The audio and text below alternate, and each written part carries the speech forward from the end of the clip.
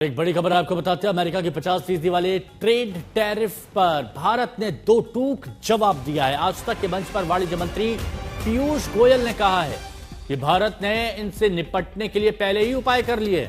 उन्होंने कहा कि ये डी ग्लोबलाइजेशन जैसी स्थिति नहीं है।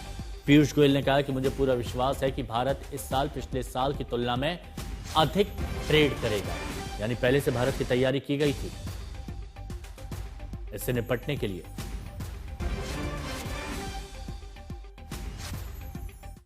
प्रधानमंत्री का आपने जिक्र किया और प्रधानमंत्री ये कहते हैं कि जब भी कोई उन्हें पत्थर मारता है तो वो उस पत्थर को पायदान बना देते हैं और आगे ऊपर चढ़ते हैं। इस समय जो भारत को पत्थर मारे जा रहे हैं उसको आप किस रूप में देखते हैं? पहली बात तो मुझे तो कोई पत्थर दिख नहीं रहे हैं ऐसे हमारे सामने। मैं आपको दो तीन उदाहरण देता हूं जिससे आपको भी ध्यान में आएगा इस देश की ताकत क्या है। आप याद करिए 1999 को एक पूरे दुनिया में खलबली मच गई थी that the sky is going to fall on the world's head, and I am referring to the Y2K moment. 31st December 1999, 12 midnight, the whole world had assumed and were convinced, all the Western developed world, the very so-called evolved and intellectual people were all convinced that on 31st December 1999, 12 midnight, all systems will crash, which they call the Y2K bug. और ढेर सारे लोगों ने हजारों करोड़ रुपए खर्चे उसकी तैयारी में। तभी अटल बिहारी वाजपेयी जी की सरकार थी। अटल जी ने इसको अवसर देख लिया, पूरी हमारी आईटी इंडस्ट्री को सहयोग किया। तभी आपको याद होगा सॉफ्टवेयर टेक्नोलॉजी पार्क्स आए थे, STPI, अलग अलग प्रकार से इंडस्ट्री को सपोर्ट भी किया और साथ ही इंडस्ट्री को छूट भी दी। सरकारी इंटरफेरेंस आईटी सेक्टर में एकदम खत्म कर दी। न्यू टेलीकॉम पॉलिसी लाई जिससे डिजिटल कैपेबिलिटीज भारत की बढ़ी।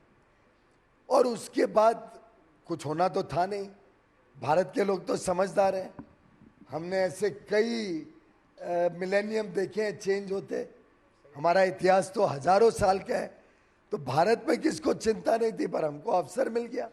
हमने अवसर का पूरा फायदा उठाया और उधर से आज तक हमारी आईटी इंडस्ट्री ने पीछे नहीं देखा है। आज $300 बिलियन की लाखों लोगों को नौकरियां, भारत को इतना बड़ा फॉरेन एक्सचेंज अर्निंग, एक बड़ा सेक्टर खड़ा हो गया। इसी प्रकार से कोविड को देख लीजिए। कोविड में भी तो दुनिया ने भारत को राइट ऑफ कर लिया था। कई लोग तो सोचते थे यहां भुखमरी से ही लोग मर जाएंगे। कई लोगों को था कि यहां पे तो वैक्सीनेशन संभव ही नहीं है। $30 का एक वैक्सीन था, $30, और वो भी हम जब खरीदने को तैयार थे तो दे नहीं रहे थे। बोलते हैं कि एक्सपोर्ट कंट्रोल्स नहीं थे, लेकिन इनडायरेक्टली रेगुलेशन से वो अपने ही आपस में ही, अमीर देश आपस में ही बांट रहे थे। भारत में इतना सामर्थ्य था कि ना सिर्फ हमने वैक्सीन अपने खुद का बनाया, उसकी मैन्युफैक्चरिंग यहाँ पे की, उसका शोध यहाँ पे किया, नवाचार इनोवेशन यहाँ किया। और मैंने तो भारत बायोटेक का वैक्सीन लिया। माय वाइफ टोल्ड मी कि मेरे बच्चे भी और मेरे पेरेंट्स भी, दोनों ने बचपन से भारत बायोटेक के वैक्सीन यूज किए, तो हम भी वही लेंगे। तो भारतीय है, अपने भारत के खुद का शान है। और हमने भारत का ही सिर्फ नहीं 250 करोड़ वैक्सीन लगाए मुफ्त में। दुनिया के 100 से अधिक देशों को मुफ्त में वैक्सीन दिया। गरीब देशों को जिनको और कोई वैक्सीन नहीं दे रहा था, भारत ने दिया।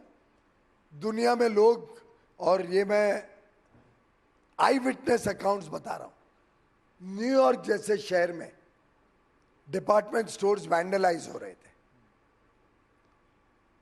यूरोप के कई देशों में सड़कों के ऊपर शव पड़े हुए दिखाई देते थे। भारत में एक व्यक्ति भूखमरी के कारण नहीं गया, not one death due to starvation in the worst pandemic the world had ever seen. And every state has confirmed this in writing to me. Not one person has died because of starvation. 80 crore people got twice the ration, which means trains ran continuously, which means logistic systems ran, which means our farmers produced. आखिर हम आत्मनिर्भर बने हमारे किसानों के अन्नदाता के सामर्थ्य के ऊपर, which means electricity was available round the clock. क्योंकि our trains are now running on electricity, 95%, almost 90-95%. If electricity companies ran, the coal mines ran, keeping social distancing and all the COVID protocols, Right. we converted COVID to an opportunity. तो जितनी आपदाएं आप लोग को दिखती हैं, उनको सबको ले आइए भारत में। भारत एक प्रकार से सीता मैया की तरह और अच्छी तरीके से उभर के कोई अग्नि परीक्षा हो जाए, भारत इसमें विनर ही निकलेगा।